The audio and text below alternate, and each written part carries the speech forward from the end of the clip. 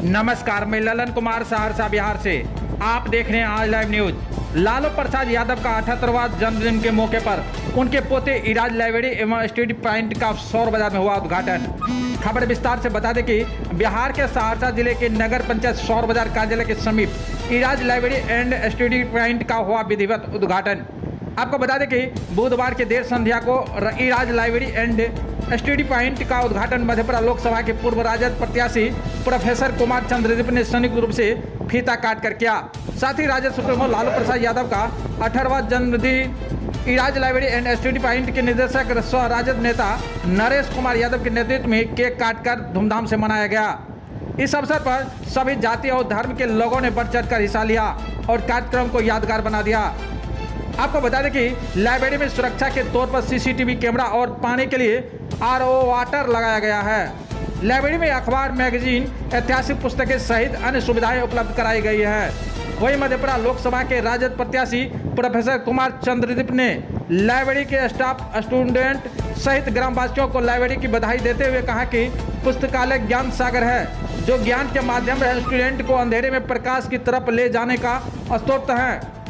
उन्होंने कहा कि जिस तरह मनुष्य को शारीरिक तंदुरुस्ती के लिए संतुलित भोजन की जरूरत है, इस तरह मानसिक स्वास्थ्य के लिए ज्ञान की प्राप्ति बेहद जरूरी है।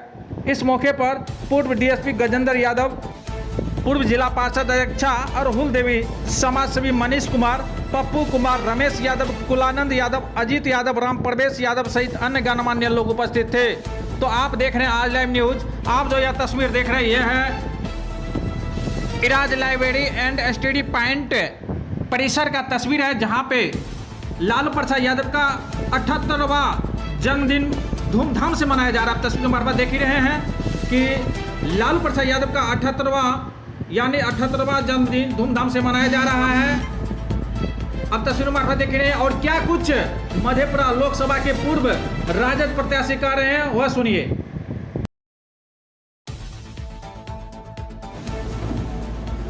बिहार ही नहीं, देश के इतिहास में स्वर्णिम दिन है, क्योंकि आज राष्ट्रीय जनता दल के राष्ट्रीय अध्यक्ष, गरीबों के मसीहा, सामाजिक न्याय एवं धर्मनिरपेक्षता के प्रतीक, दलित, पीड़ित, शोषित, वंचित समाज के महानायक आदरणीय श्री लालू प्रसाद यादव जी का 78वां जन्म दिवस है, जिसे पूरे बिहार ही नहीं पूरे देश में सामाजिक सद्भावना दिवस के रूप में हम लोग मना रहे हैं। अभी मधेपुरा में हम लोग महादलित बस्ती में मना के आ रहे हैं, इसी वजह से लेट हुआ। काफ़ी संख्या में माता बहनें भी थी वहाँ पे।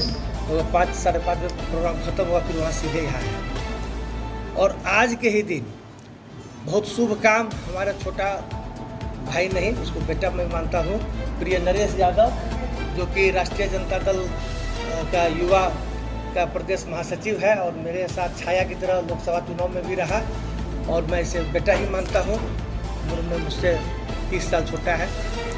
तो उसके द्वारा एक पिछड़ा इलाका में सौर बाजार, मधेपुरा लोकसभा के सहरसा जिला अंतर्गत सहरसा विधानसभा के सौर बाजार प्रखंड मुख्यालय में 65 बच्चों के लिए एक स्टडी सेंटर खोला है, जिसका नाम आदरणीय लालू प्रसाद यादव जी के सुपुत्र और युवाओं के हृदय सम्राट, 13 करोड़ जनता के महानायक और बिहार के भावी मुख्यमंत्री, पूर्व मुख्यमंत्री माननीय श्री तेजस्वी प्रसाद यादव जी के सुपुत्र इराज, चिरंजीवी इराज के नाम से इन्होंने रखा है। इसके लिए ये बधाई के पात्र है और इसके लिए हम शुभकामना देते हैं।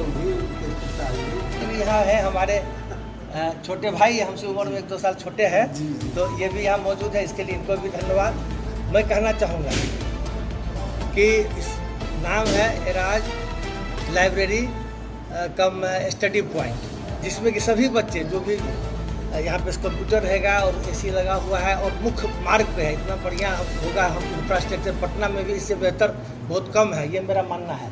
एक छत के नीचे इतने बच्चे पढ़ेंगे, यूपीएससी, बीपीएससी के अलावा अन्य भी computer PO, bank PO, medical engineering की परीक्षा की तैयारी कर सकेंगे। घर में वो सुविधा नहीं रहती है, वो इंटरनेट का अवेलेबिलिटी नहीं रहता है, माहौल नहीं रहता है, यहाँ आके पढ़ेगा बहुत कम दर में। तो पटना वगैरह से 1/4 दाम में ये सुविधा मुहैया करा रहे हैं और कुछ गरीब बच्चों को निःशुल्क भी देंगे, जैसा वो बोल रहे हैं। और सहरसा से भी आधे दाम पे यहाँ पे लोगों को ये सुविधा उपलब्ध होगी। मेरा मानना, मैं पेशे से शिक्षक हूँ। मैं लोकसभा का प्रत्याशी था मधेपुरा से। 2024 में जो संपन्न हुआ, 4,66,115 मत आया बहुत कम समय में, और राष्ट्रीय जनता दल के किस प्रत्याशी को इतना मत नहीं आया था। तो मैं शुक्रगुजार हूँ यहाँ की जनता का, आप लोगों का अपार स्नेह मिला। और मैं पेशे से शिक्षक हूँ, अंग्रेजी का यूनिवर्सिटी प्रोफेसर हूँ, गोल्ड मेडलिस्ट हूँ, 30 वर्षों का शैक्षणिक अनुभव है। देश विदेश में मैं अपने मतलब कि मेरा शोध पत्र और मेरी किताबें प्रकाशित प्रचलित हैं। मैं कहना चाहूँगा स्वामी विवेकानंद के शब्दों को बच्चों को, खास करके यहाँ युवाओं की संख्या अधिक है, और हमारे आदरणीय गजेंद्र प्रसाद यादव बड़े भाई हैं जो कि DSP होकर सेवानिवृत्त हुए हैं, समाज सेवा में लगे हैं, RJD के भी वरिष्ठ नेता हैं। और हमारी आदरणीय भाभी जी श्रीमती अरुल देवी जो जिला परिषद की अध्यक्षा रही है, यहाँ पे बगल में है। सतीश जी यहाँ के अध्यक्ष हैं। सतीश शाह जी तीसरी बार लगातार निर्वाचित हुए हैं प्रखंड अध्यक्ष निर्विरोध, RJD के 100 बाजार के वो है, और सब लोग हैं। लल्टू जी हैं, रुपेश लल्टू जी। सर, आगे जो है बिहार विधानसभा चुनाव है और कहीं ना कहीं तेज हैं, विवादों में घिरे हुए हैं, तो क्या इसका असर विधानसभा चुनाव पे पड़ने वाला है क्या? तेजस्वी यादव का व्यक्तित्व निर्विवाद है। किस विवाद में वो है बताइए?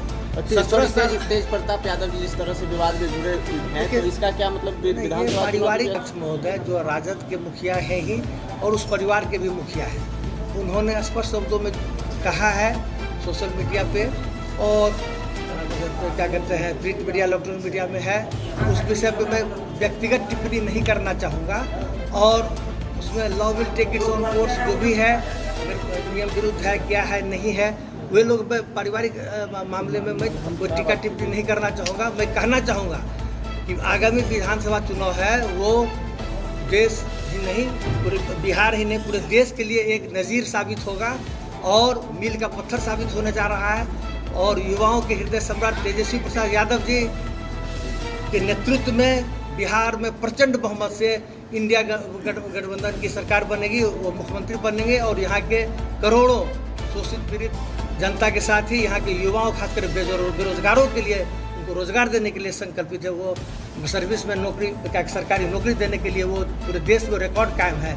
मतलब कि 70 दिन में वो 2 लाख, मतलब 2.5 लाख से अधिक नौकरी दिए शिक्षा विभाग में, जो कि शिक्षा विभाग हम ही लोग के पास RJD पर। महागठबंधन की जो सरकार बनी 17 साल बिना 17 महीने की, उसकी उपलब्धि हम सब के सामने है। और 10 लाख नौकरी का वादा हम लोगों ने किया था RJD के मैनिफेस्टो में, तो 2020 के चुनाव में, जिसे कि हम लोगों ने पूरा किया। 17 महीने की जो महागठबंधन सरकार बनी नीतीश जी के साथ, तो उसमें हम लोगों ने अपने एजेंडा को लागू कराया। उन लोगों ने कहा था कि कहाँ से नौकरी लाएगा, अपने पिताजी घर से लाएंगे, कहाँ से लाएगा, लेकिन वही व्यक्ति, उन्हीं के हाथ से हम लोगों ने यह काम कराया। उसका श्रेय तेजस्वी प्रसाद यादव जी को जाता है। उसके बाद मैं कहना चाहूँगा, ये जो पूरे बिहार में यहीं के स्वनामधन PP मंडल साहब मधेपुरा के हैं, मैं मधेपुरा की धरती का ही बेटा हूँ, उनके नेतृत्व में जो मंडल कमीशन की सरकार गठित हुई थी, तो उस समय जो आरक्षण लागू हुआ वो देश में वो 27% OBC के लिए, अब 22.5% SC/ST के लिए, उस दायरे को बढ़ा करके 65% किया गया। और जाति आधारित जनगणना पूरे बिहार में पहली बार किसी राज्य में हुआ।